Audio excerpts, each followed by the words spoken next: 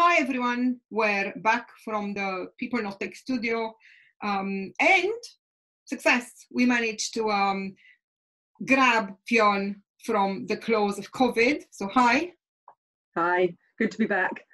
She's in amazing form, considering she's proof positive that if we get it, we'll survive it if we're as healthy and young as she is. And so we wanted to talk to you guys, speaking of surviving, about a couple of things that we feel are really important today. We've been agonizing over what topics to raise because we've promised you a bunch of help in terms of leadership, some help in terms of emotional intelligence. But I think, and we've decided that what we want to talk to you about today is a lot more pressing because we're all dealing with it in this new reality of remote work. And that's, shall I let you tell them? Yeah, I think what we're starting to see and realize ourselves as well, quite frankly, is that couple of weeks in to everybody being at home and this universal situation of us all working remotely, working with our teams, with our families at home, all that sort of stuff, we are starting to see that we're all starting to realize that we're in this for the long haul.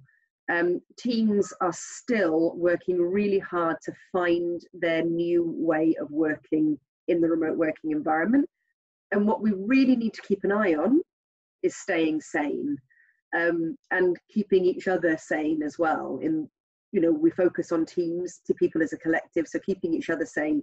So we wanted to talk to you about making sure that you're aware of what is stressing you out and what is potentially affecting that side of things for you at the moment.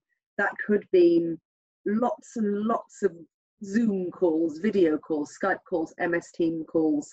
It could be you being at home but not feeling motivated and not being sure what to do about it. So we wanted to start the conversation with you about staying sane in the remote team working world that we're in at the moment. So back to Dwayne just for a minute. Well, we don't have anything prepared, as you can very well tell by how we're going about this. But we've seen a bunch of behaviors that are problematic, and we're trying to tackle those from a work perspective. There's obviously a lot more that we haven't, and we're not in a position to talk to you about, which are reasons for you and all of us to be discouraged, depressed, anxious. There are multiple human reasons to far too much impression management in our relationship with others. There are multiple ways in which we haven't found our groove in terms of what's life, what's work, what's existing with kids, what's living with fear for our elderly. There's so much packed there that I think for the sake of one, not giving advice that we're not horribly qualified to do, because we're not psychiatrists and we don't know enough about these topics to give you any kind of advice. But one of the things that we wanted to cover today is the way we behave in terms of, as Fionn said, meetings, and the way we take that part of our lives. All of us working remotely are going to have to be in contact with our teams, obviously. The way we structure that contact, though, is something we should spend time understanding.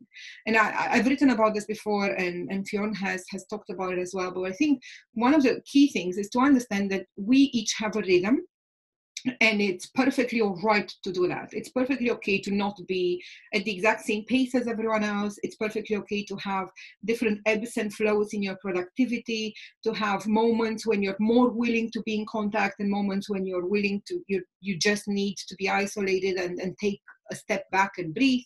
I think those are really important. And what counts is that we give ourselves permission to breathe, take stock of the emotional moment we're in, and try and find the intersection between that and what our work constraints are. Because obviously we are mandated, and it is demanded of us that we are in various meetings.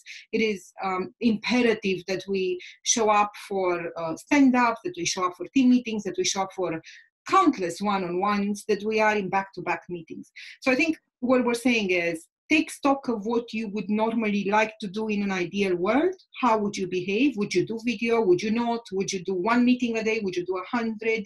Would you do those that are with an entire team, or would you do more one-on-ones? Find out what works for you, and then try and find an intersection if possible.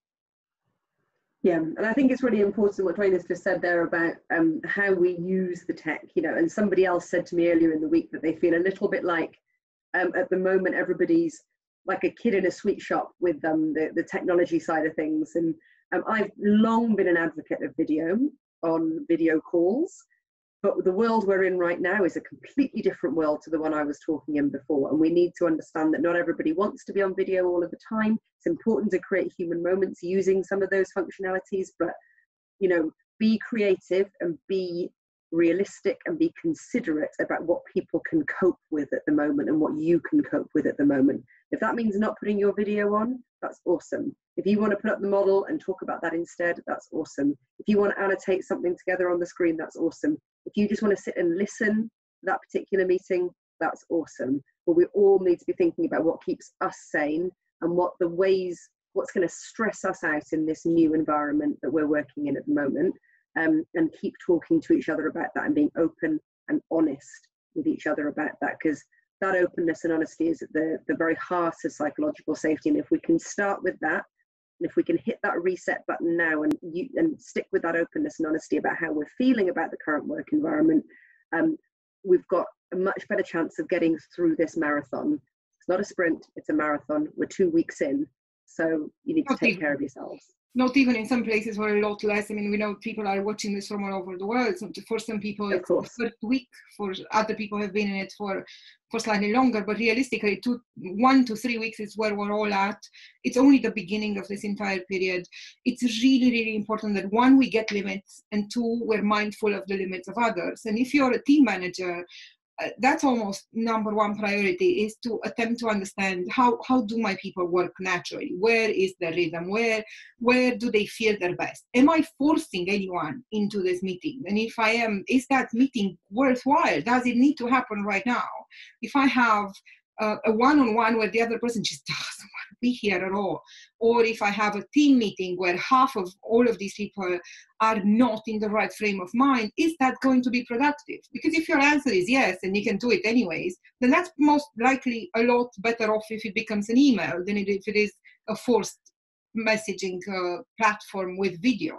So if there's a way that you need to just communicate to some people, you just need an audience, then consider moving that to an email. If as an employee, then I think it pays off to think of meetings in 2 ways, in particular video meetings, and I find that helpful. I've seen other people do it, but maybe not for you, but try it. Maybe there are meetings in which you have to be active, you have to bring your best self, you have to, for instance, the one-on-ones. Obviously, it's not going to be possible to be in a one-on-one and space out.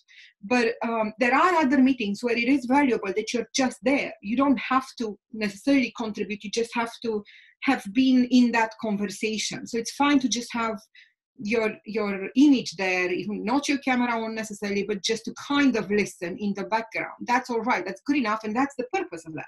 So some of them are active meetings, and some of them are passive or listening meetings, but make that distinction and figure out how many of those can I take a day. Your limit might be 1, might be 2, might be 100, but find out that limit and then communicate it, and make sure that your team leader and team leaders in general will do that. They want to know, right? I mean, I don't know anyone who manages people and it's like, I don't even care. I just want all these faces on the screen, and I don't need anyone to be productive. I just want them there. Obviously, people want the productivity and the openness and the honesty that Fiona was talking about. So make that relationship work for both of you, communicate limits, and just be human and pay attention to the other ones around you.